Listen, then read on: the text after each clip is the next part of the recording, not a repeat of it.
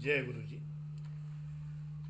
अपने समस्त गुरुओं को स्मरण करके माँ शुभ्रांगिनी परम ब्रह्म की स्त्री छवि उनको स्मरण करके मैं तुम सब बच्चों के लिए प्रार्थना करता हूँ कि तुम्हें सद्बुद्धि दे। यदि सद्बुद्धि है तो सब है, सद्बुद्धि नहीं है तो कुछ नहीं काम आएगा। तो बस सद्बुद्धि की प्रार्थना है, बाकी सब तो मिल ही जाएगा। एक बड़ी अच्छी कहानी तो मैं बता रहा हूँ, छोटी सी है, ज़्यादा बड़ी नहीं है। एक व्यक्ति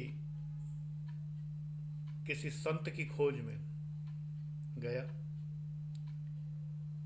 मेरे गुरुजी ने सुनाई ये कहानी मुझे। संत की खोज में गया। एक आदमी बैठा था एक पत्थर पर, अनगढ़ सा एक पत्थर था, टेढ़ा मेढ़ा सा, उस पर बैठा हुआ था।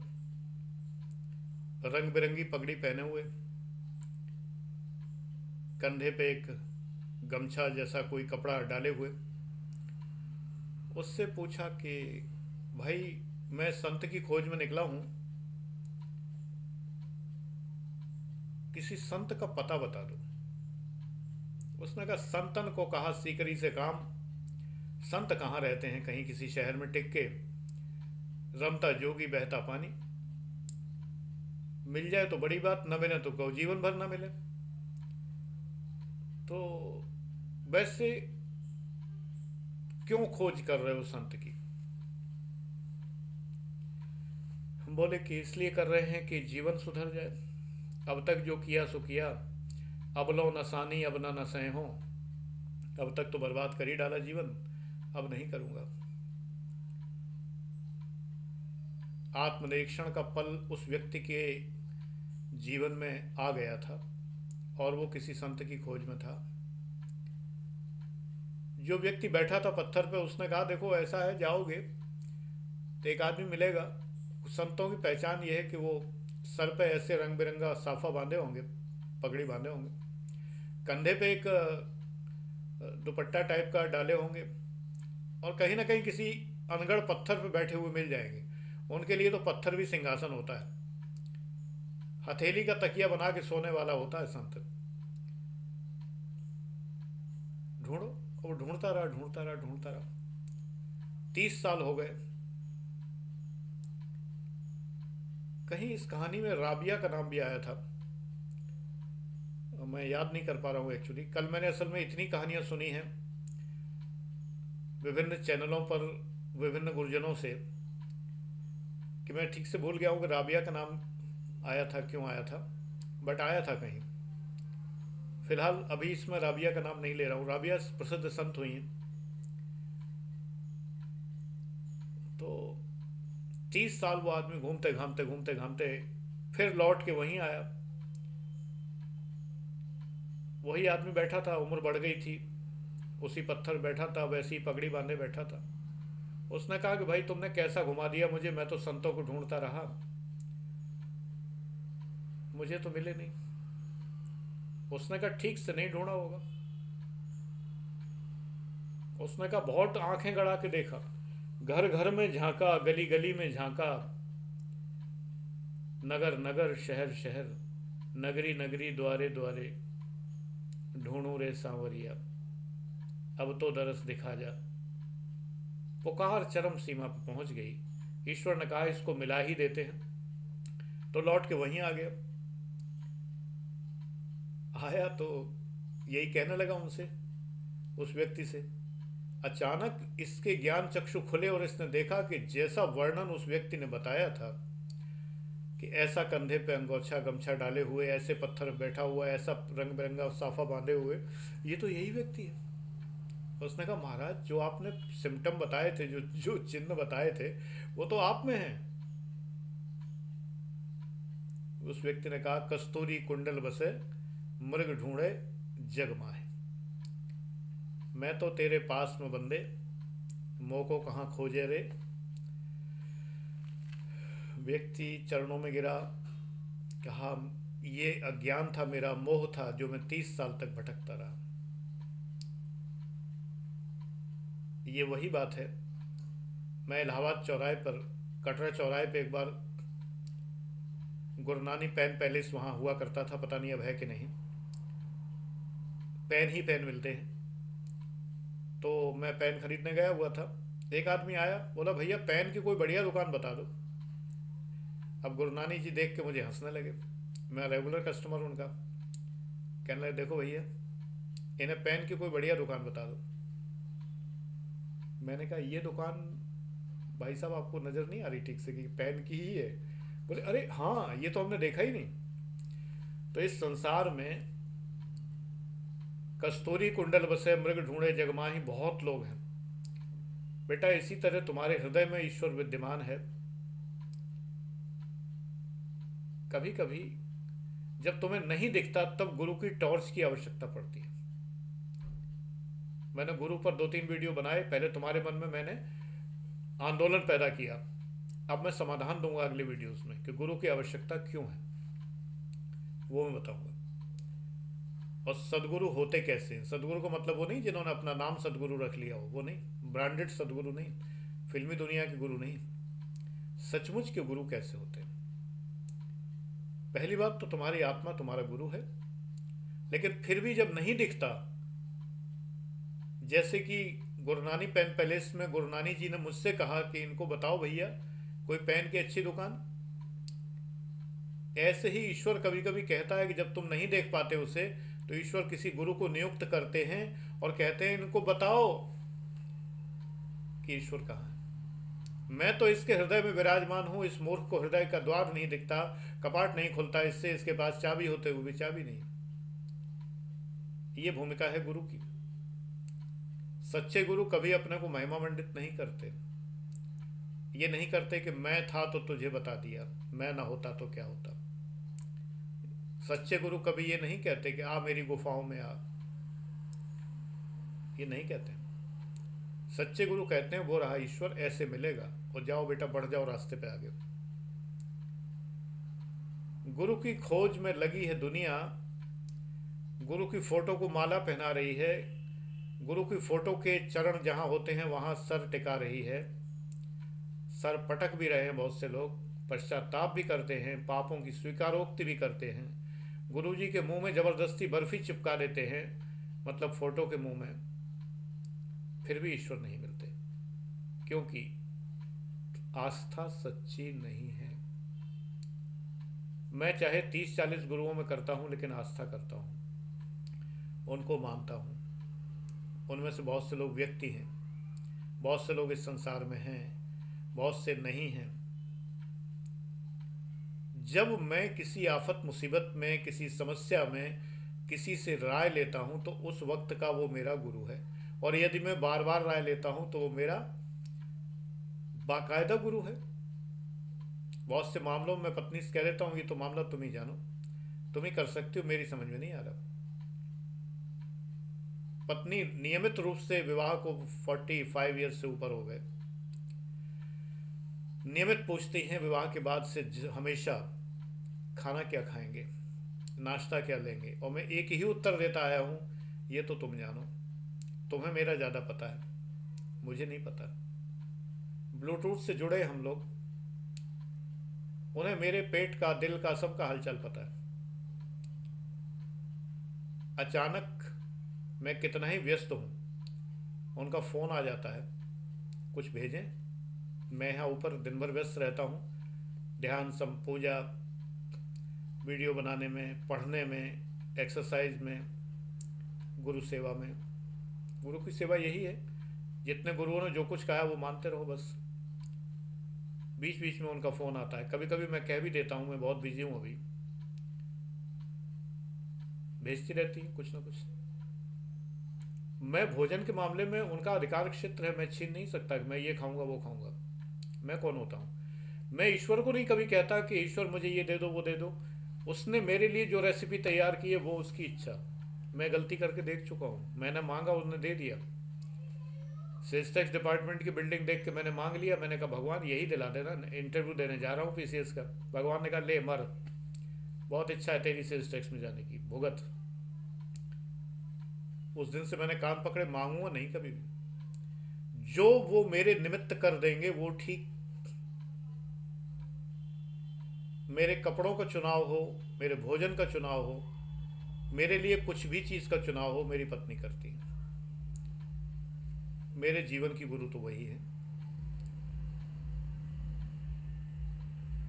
बात यह है कि सब कुछ अर्पण जब हम कर देते हैं किसी को, तो त्रुटियां भी माफ हो जाती हैं। अगर मैं पत्नी के प्रति त्रुटि भी करता हूं तो वो भी क्षम्य हो जाएगी, क्योंकि उनको पता है कि सर्वस्व समर्पण है। ऐसे में कभी व्यक्ति क्रोधित हो सकता है। ऐसे ही हम अपने ईश्वर पर भी गुस्सा निकाल सकते हैं, नाराज हो सकते हैं। हे भगवान, ये क्या दे दिया, मैं ही मिला था, विपत्तियां सारी मुझी को दोगे, मेरे साथ ही ऐसा क्यों होता है, मुझे नहीं मिलता कभी कुछ भी। मैं बद्रीनाथ जाया करता था, केदारनाथ आपदा के बाद मैं नहीं गया हूँ। उस साल मुझे बद्रीनाथ धाम में ऐसा लगा कि भगवान संकेत कर रहे हैं कि अब मत आना और जाओ, भागो यहाँ से। मैं नाराज होकर भागा, भगवान से नहीं। पत्नी ने बड़ी देर लगा दी थी। मैं बैठ गया था गाड़ी में होटल से निकल के, और वो पूजा करने चली गई थी फिर से दोबारा। मैं भगवान के एक बार दर्शन करता हूँ, एक बार और पत्नी कैनस कर लेता हूँ। जब बद्रीनाथ जाता रहा, वो तो 3 4 बार, सुबह भी, शाम भी, दोपहर भी। मैं कहता हो गए दर्शन, बस दैट्स ऑल। जिस जो इच्छा लेके आए थे बहुत है, अब तो छवि मस्तिष्क में बस गई, अगले साल रिन्यूअल करा लेंगे फिर। तो मैं नहीं गया था। तो मैं बहुत बेचैन था कि वो क्यों नहीं आ रही हैं। पता नहीं क्यों, जब मैंने दर्शन किए तो मुझे लगा भगवान कह रहे हैं कि बहुत हो गया, दूसरों को आने दो, हर साल तुम ही आते रहोगे। मुझे बहुत बार ऐसा लगता है कि वो ऐसे कह रहे हैं। मैं नहीं आया। उसके बाद मैंने कहा अब आप ही आओगे। मुझे एक इतना सुंदर मंदिर मिला अभी, माँ शुभ्रांगिनी का मंदिर, जो तुम बच्चे देखते हो फोटो में, बद्रीनाथ धाम जैसी ही उसकी रंग रचना है। मैंने कल्पना की थी कि मुझे ऐसी ही रंग रचना का एक मंदिर मिल जाए। मुझे पेटीएम मॉल पे मिल गया, मंगा लिया, माँ शुभ्रांगिनी की स्थापना की।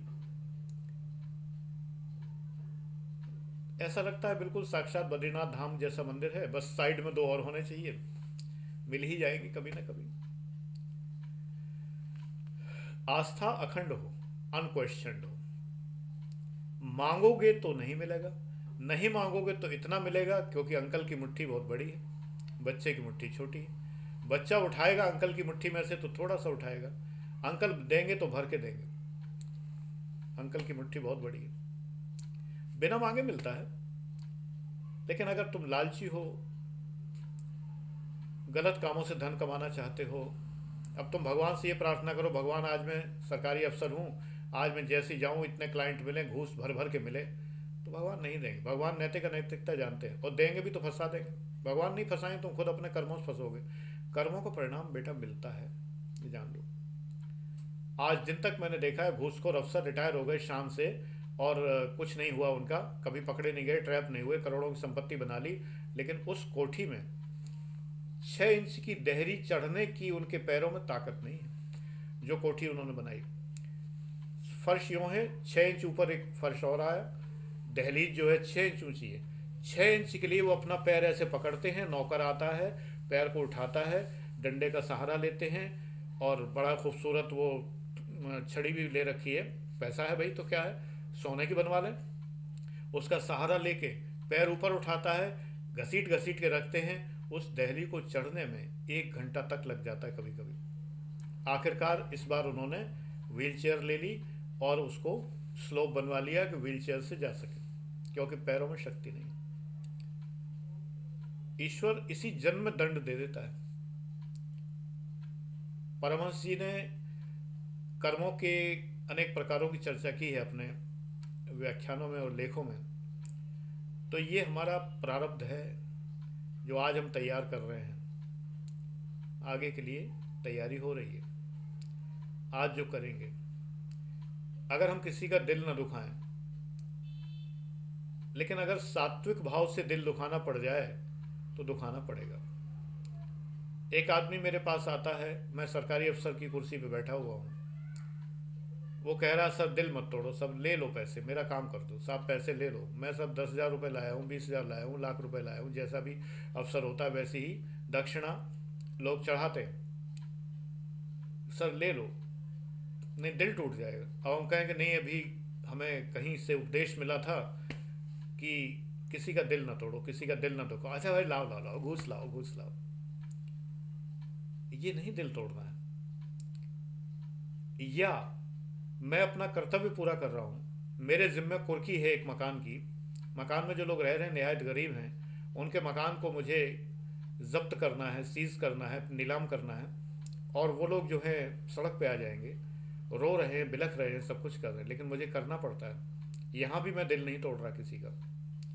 ये मेरा क्रूर कर्म है, जल्लाद कर्म है, इसीलिए मैं डिपार्टमेंट को निकृष्ट कहता हूँ, सेल्स टैक्स जैसे को, क्योंकि यहाँ क्रूर कर्म करने पड़ते हैं हमें। जल्लादी का डिपार्टमेंट है, टैक्स निकालना किसी की जेब से आसान काम नहीं है। तो ये क्रूर कर्म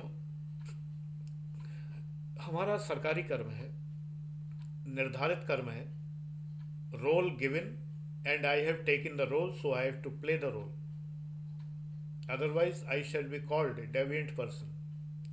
No one will pardon me.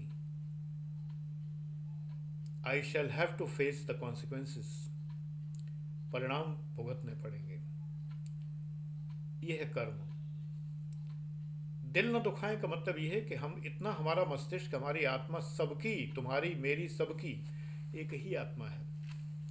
यह खला सबके पास है, कला नहीं खला, शून्यता, शून्य, आत्मा शून्य है, ईश्वर अनंत है। मैं द्वैतवादी हूँ, मैं दोनों को अलग अलग मानता हूँ। आत्मा परमात्मा मिल जाती है क्योंकि शून्य अनंत में बड़ी जल्दी विलीन होता है, खाली चीज तुरंत विलीन होती है किसी में भी। हमें खाली करना है अपने को। ये ध्यान में हम क्या करते हैं, खाली ही तो करते हैं, हम खाली नहीं होते हैं। अपने खला की ओर जब देखते हैं, आत्मा की ओर देखते हैं, विपश्यना है, विशेष रूप से दृष्टि डालना है अपनी सांसों पर जिनसे हम जिंदा है, आत्मा की ओर निगाह डालना है, ईश्वर का जिक्र करना है, नाम जप करना है, नितनेम करना है, संकीर्तन करना है। ये सब करके हम संसार से कटते हैं। ये सब क्यों जरूरी है, हम संसार से कटते हैं। मैं देखता हूँ कि मैं अलग अलग स्थानों पे मेडिटेशन करके मैंने देखा, हर स्थान पर ध्यान ठीक से नहीं लगता। कुछ स्थानों पर ऐसी वाइब्स होती हैं, कहीं बाहर जाते हैं, जैसे नियम नहीं तोड़ना चाहता हूँ तो ध्यान करता हूँ, वहाँ भी ईयरफोन लगा लेता हूँ, एनी हाउ बाहर से कटने की कोशिश करता हूँ, लेकिन कई स्थानों पर लगता ही नहीं है। लेकिन वहीं गुरुजी के आश्रम में जाके, YSS के आश्रम नोएडा में, शांत हॉल में बैठ के, जहाँ पर समस्त गुरुजनों की और जीसस क्राइस्ट और भगवान कृष्ण की फोटो लगी हुई हैं, मंद मंद प्रकाश, शांत वातावरण, पिन ड्रॉप साइलेंस जिसे कहते हैं, उसमें ऐसा ध्यान लगता है। मैं आज का अनुभव बताऊं कि ध्यान के पहले एक बड़ा ही ऊट पटांग चित्र मस्तिष्क में आया। आगे क्या कर सकते हैं, ना मैं सोचता हूं उस प्रकार, ना कोई बात है, लेकिन एक बहुत ही घृणित चित्र दिमाग में आ गया। लेकिन तुरंत ही इतने सुंदर प्रकाश ने घेर लिया, उस चित्र को धक्का मार के भगा दिया, और इतना सुंदर अनुभव, इतना सुंदर अनुभव। इसीलिए मैंने सब छोड़ के क्लासरूम बंद करके, मेरे अंदर से मन की आवाज़ थी, अंतरात्मा की आवाज़। क्लासरूम तो ये भी कारण था एक कि वो बहुत निकृष्ट था और लोग बहुत बेकार के आए थे, यूट्यूब से अच्छे लोग नहीं मिले थे मुझे, तो क्योंकि यूट्यूब देख के आए थे और पता नहीं क्या सोच के आए थे, तो वो भी एक कारण था। लेकिन मेरे मन के अंदर की तरंग ये थी, वरना तो मैं कंटिन्यू रख सकता था अभी, उनको ऐप पर भेजने के बजाय क्लास में ही पढ़ाता रहता। हार्डली एक जुलाई तक, हार्डली जून जुलाई तक चलना है, उन लोगों का जो टाइम पूरा होना था, तो उनको ऐप पे ले गया मैं, ऐप पे पढ़ो बेटा। ये मैंने हॉल बना लिया अपना आत्म सत्संग केंद्र। यहाँ कोई अलाउड नहीं है, केवल मैं मेरे साथ हूँ। ये पूरा हॉल जो है ये मेरे आत्मा की शुद्धि के लिए और इंट्रोवर्जन के लिए, अपनी आत्मा को स्वयं देखने के लिए और ध्यान के लिए। वही चित्र उसी प्रकार से सब कुछ मैंने बनाए, लगाए, ईश्वर की बड़ी कृपा, गुरु कृपा, कि मैं यहाँ बैठकर भी ध्यान अच्छे से कर पाता हूँ।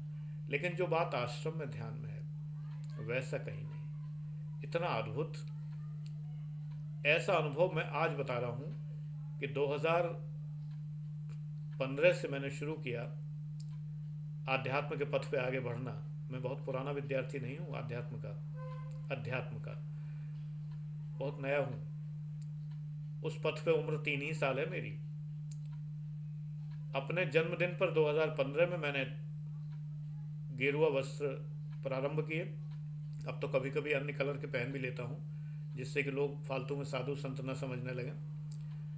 लेकिन मैं एंजॉय करता हूँ, अच्छा लगता है मुझे, यही रंग अच्छा लगता है। 2 रंग बड़े पवित्र रंग हैं इस मेरे कक्ष में। या तो हरा रंग है, फर्श पर सामने दीवार पर इधर उधर हरा है, या गेरुआ है। अब आप भले ही इसको हिंदू मुस्लिम से जोड़ लें, वो आपकी इच्छा है, लेकिन हरा रंग भी बड़ा पवित्र रंग है। संभवतः इसीलिए इस्लाम में हरे की पवित्रता है। ये दोनों रंगों का संगम है, और श्वेत तो पूरी जगह है ही है। भारत का तिरंगा झंडा मौजूद है। इस ट्राई कलर में रहकर जो वाइब्स निकलती हैं, जो आनंद की अनुभूति होती है, वैसी कहीं नहीं होती। तो ये तो मेरा अपना साधना, आराधना, विपश्यना, ध्यान, मनन, चिंतन, अध्ययन केंद्र है। इसमें तुम्हें बताएं बेटे सबसे बड़ी बाधा क्या है। ये बात मैं आज बता रहा हूँ। तुम सब मेरे अपने बच्चों, कमेंट्स मैंने जानबूझ के डिसेबल किए क्योंकि मैं भटक जाता हूँ। उनके कारण तुम्हें बहुत सी चीज़ें बताना चाहता हूँ, नहीं बता पाता। सबसे बड़ी बाधा क्या है? थोड़ी ही सही, थोड़ी बहुत सही, लेकिन अर्निंग की आवश्यकता। मेरा बिल्कुल मन अब नहीं करेगा कि मैं अर्न करूं। यदि मेरी जीवन शैली इसकी आदी हो गई, मैं प्रयासरत हूं जीवन शैली में व्यय कम करते करते। अगर मेरी जीवन शैली इतनी हो गई कि मैं मेंटेन कर सकता हूं,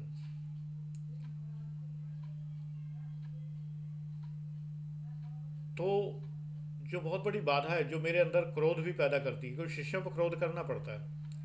कभी कभी ऊट पटांग हरकतें करते हैं, फीस के पैसे खर्च करते हैं, फिर भी जस्टिफाई नहीं करते, फिर भी पढ़ते नहीं हैं, मन नहीं लगाते हैं, क्रोध आता है, गुस्सा आता है। माँ बाप कितनी मुश्किल से पैसा कमाते हैं, आप पढ़ नहीं रहे,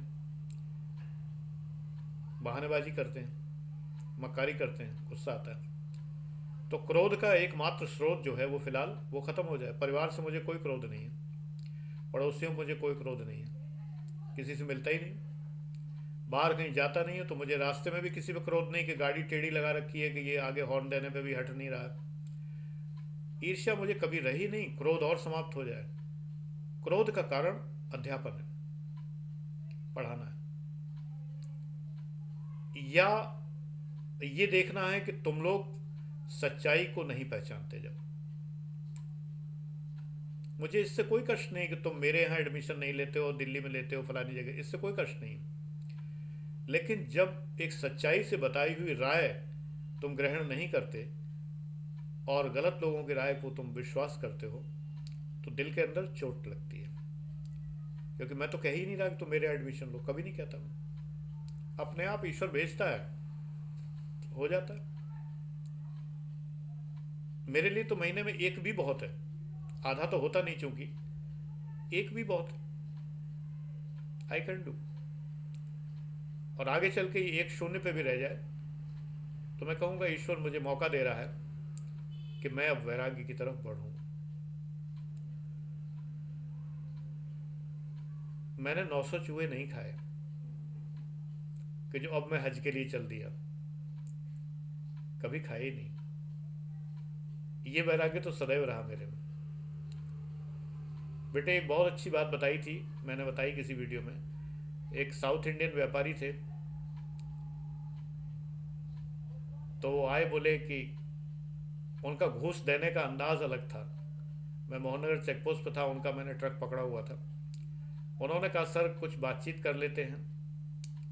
वो ज़माना था कि लोग सोनी का टेप रिकॉर्डर रखने लगे थे, छोटी सी कैसेट लगती थी तो रिकॉर्ड कर लिया करते थे, और ख़तरा होता था कि कोई रिकॉर्डिंग करके बॉस को ना सुना दे, इतना ही डर होता था लोगों को। तो बोले कि सर कुछ बात कर लेते हैं, मेरा ट्रक छोड़ दीजिए, पड़वा का चांद आपको दिखा दूंगा।